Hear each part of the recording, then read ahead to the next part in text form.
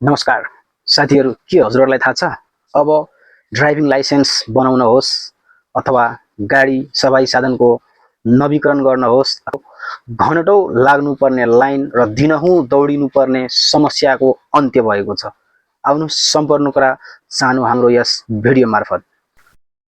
र अर्को कुरा पनि थपिएको छ, हामीले जुन यो ड्राइभिङ लाइसेन्स चाहे नयाँ लिनको लागि होस् या पुरानो नवीकरण गर्नको लागि होस्, हामीले फर्म भर्दाखेरि अथवा अनलाइन आवेदन दिँदाखेरि हामीले आफ्नो विवरण 10 चोटि नाम, ठेगाना, अस्थायी, थाई, हैन, फोन नम्बर आदि इत्यादि, नागरिकता नम्बर अनेक ठाउँमा लेख्नुपर्ने झन्झट हुन्थ्यो। हामीले सबै कुरा पटक पटक हैन हेर्नुपर्ने हुन्थ्यो, लेख्नुपर्ने हुन्थ्यो। कुनै लेख्ने बेला काहीँ टाइपिङ मिस्टेक हुने जस्ता झन्झटहरू पनि थियो योभन्दा आगामी दिनहरूमा। तर अहिलेको सरकारले यो झन्झटलाई पनि अन्त्य गरिदिएको छ। एकदम यो कुरा चाहिँ हामीले बुझ्नु पर्यो। यो सरकारले यो कसरी अन्त्य गर्ने, त्यसो भए अब हामीले ती कुराहरू कसरी भर्ने, हैन, कि भर्नै नपर्ने हो जस्ता प्रश्नहरू हजुरहरूको मनमा आउन सक्छ। हो, एकदम स्वाभाविक हो। यसको एउटा उपाय अहिलेको यो सरकारले अनलाइन प्रणालीलाई अझ सशक्त र अझ सेवा प्रदायमुखी बनाउन विगतको दिनहरूमा अन्तर्राष्ट्रिय देशहरूमा, विकसित देशहरूमा त धेरै पहिलादेखि लागू भएको सिस्टमहरू हो, हैन।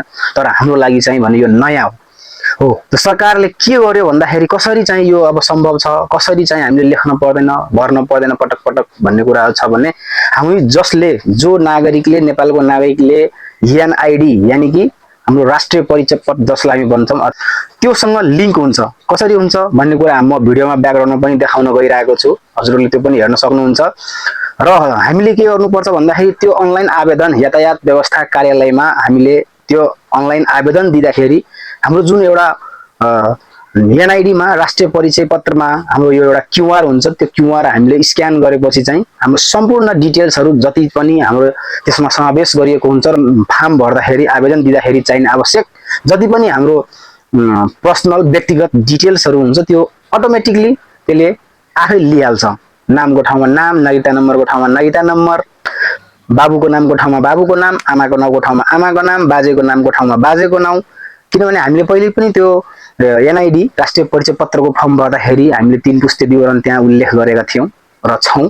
त्यसले गर्दाखेरि सजिलै लिने भयो र हाम्रो झन्झट चाहिँ एकदम न्यून हुने भयो र हामीले अनलाइन आवेदन दिँदाखेरि कुनै पनि कुरा टाइपिङ गर्दाखेरि चाहिँ मिस्टेक हुने प्रबल सम्भावना हुन्थ्यो र त्यो सम्भावना पनि अन्त्य भयो। र सरकारले यो नीति किन लगायो, कसरी गर्यो भन्ने कुरा हामी अब त्यतातिर जाउँ। भौतिक पूर्वाधार तथा यातायात मन्त्रालयले यही 2083 साउन 1 गतेदेखि लागू हुने गरी यो सिस्टम चाहिँ हाम्रो यातायात व्यवस्था विभागमा चाहिँ कार्यान्वयनमा आएको छ, डिओटिएम हाम्रो। र हरेक प्रदेशको छुट्टा छुट्टै वेबसाइट पनि रहेको छ। म हजुरहरूलाई डिस्क्रिप्सनमा हरेक प्रदेशको वेबसाइट पनि सेयर गरेको छु। हजुरहरूलाई यदि चाहिन्छ र आवश्यक पर्यो भने हजुरहरूले डिस्क्रिप्सनमा गएर हेर्न सक्नुहुनेछ र आफ्नो प्रदेशको वेबसाइट के हो, हैन, लिङ्क के हो भन्ने कुरा त्यहाँ थिच्नुभयो भने हजुरले सजिलै चाहिँ त्यो लिङ्कमा पुग्न सक्नुहुन्छ र आफ्नो आवेदन दिन पनि सक्नुहुनेछ। र सरकारले यो सेवा लागू गरेको किन हो भन्दाखेरि जनताले सरकारको पक्षबाट पाउने सेवा र सुविधा लिनको लागि सजिलो होस्, झन्झट मुक्त होस्। एक दिनको गर्नुपर्ने काम 2 दिन 3 दिन अनेक काम छोडेर त्यागेर जान नपरोस्, लाइन लाग्न नपरोस् र कागजी प्रक्रियाको अन्त्य गर्न र सबभन्दा ठुलो कुरो पारदर्शी बनाउन। किनभने हामीले जान्थ्यौँ यातायात कार्यालयमा मेरो ब्लुबुक नवीकरण गर्नु छ, मेरो लाइसेन्स नवीकरण गर्नु छ भनेर भन्दाखेरि त्यहाँ टन्नै देख्नुहुन्थ्यो बिचौलियाहरू आउँथे, हैन, म यतिमा गरिदिन्छु, म उतिमा गरिदिन्छु, मलाई दिनुहोस्, उसलाई दिनुहोस् भन्दाखेरि हैन आउँथे, जम्मा हुन्थे। र हामीले पनि अब आफ्नो टाइम नभएको कारणले गर्दाखेरि भनौँ, हैन, अथवा दिनहुँ पटक पटक दौडिँदा पनि हाम्रो 1000-2000 खर्च भइहाल्ने अवस्थाले गर्दाखेरि सोचेर हुन्छ कि हैन विभिन्न कारणहरू सोचेर हामीले पनि हैन ल ठिकै छ अब 2-4 दिन दौड्यो भने हाम्रो पनि 1500 खर्च हुन्छ, त्योभन्दा राम्रो 1500 दियो भने उनीहरूले गरिदिन्छ भन्ने जस्तो गर्थ्यौँ। हामीले नचाहँदै पनि हामीले त्यहाँ दिनुपर्ने हुन्थ्यो, बाध्यता एउटा। र समयको बाध्यताले गर्दा भनौँ, हैन, झन्झटिलोले गर्दाखेरि भनौँ, हैन, विभिन्न प्रक्रियाहरू पुगाउनलाई अब कर्मचारी तर्फबाट पनि अब विभिन्न किसिमको हैन यो ल्याउनुस्, त्यो ल्याउनुस्, यसो जुटाउनुस्, उसो जुटाउनुस् भन्नुको पनि एउटा समस्या हामीले झेल्दै आइरहेका थियौँ। जस्ता विभिन्न कारणहरूलाई हामीले हेरेर हामीले चाहिँ दिने गर्थ्यौँ। तर अब त्यसो गर्न पर्दैन।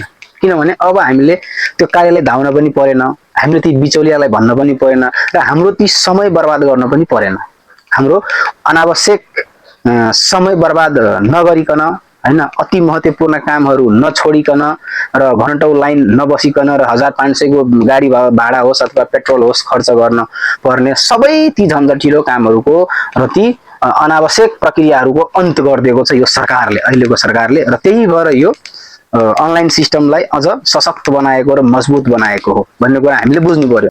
र हजुरहरूलाई अर्को पनि एउटा जानकारी गराउन चाहन्छु कि हामीले जुन प्रदेशबाट नयाँ लाइसेन्सको लागि आवेदन दिन चाहन्छौँ अथवा हाम्रो जुन प्रदेशबाट पुरानो लाइसेन्स रहेको छ नवीकरण गर्नुपर्ने, हामीले त्यही प्रदेशबाट चाहिँ फर्म भर्नुपर्ने हुन्छ र अनलाइन आवेदन दिनुपर्ने हुन्छ।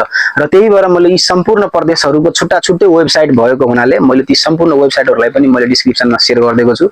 हजुरहरूलाई एकदमै उपयोगी हुन्छ र एकदमै आवश्यक पर्ने चिज हो। त्यही भएर हजुरहरूले चाहिँ डिस्क्रिप्सनमा गएर पनि लिन सक्नुहुनेछ। र अर्को सबैभन्दा खुसीको कुरो भनेको हाम्रो नेपालमा पनि यो यातायात कार्यालय चाहिँ एकदमै डिजिटल प्रणालीमा गइरहेको हुनाले एकदमै खुसीको कुरा हो हाम्रो लागि र हामीले यसबाट चाहिँ धेरै किसिमको लाभहरू लिन सक्छौँ। र यस्तै सत्य तथ्यमा आधारित जानकारीमूलक राष्ट्रिय तथा अन्तर्राष्ट्रिय जानकारीमूलक भिडियोको लागि च्यानललाई सब्स्क्राइब र भिडियोलाई लाइक गर्न भने नबिर्सिनुहोला। हस्, धन्यवाद, नमस्कार।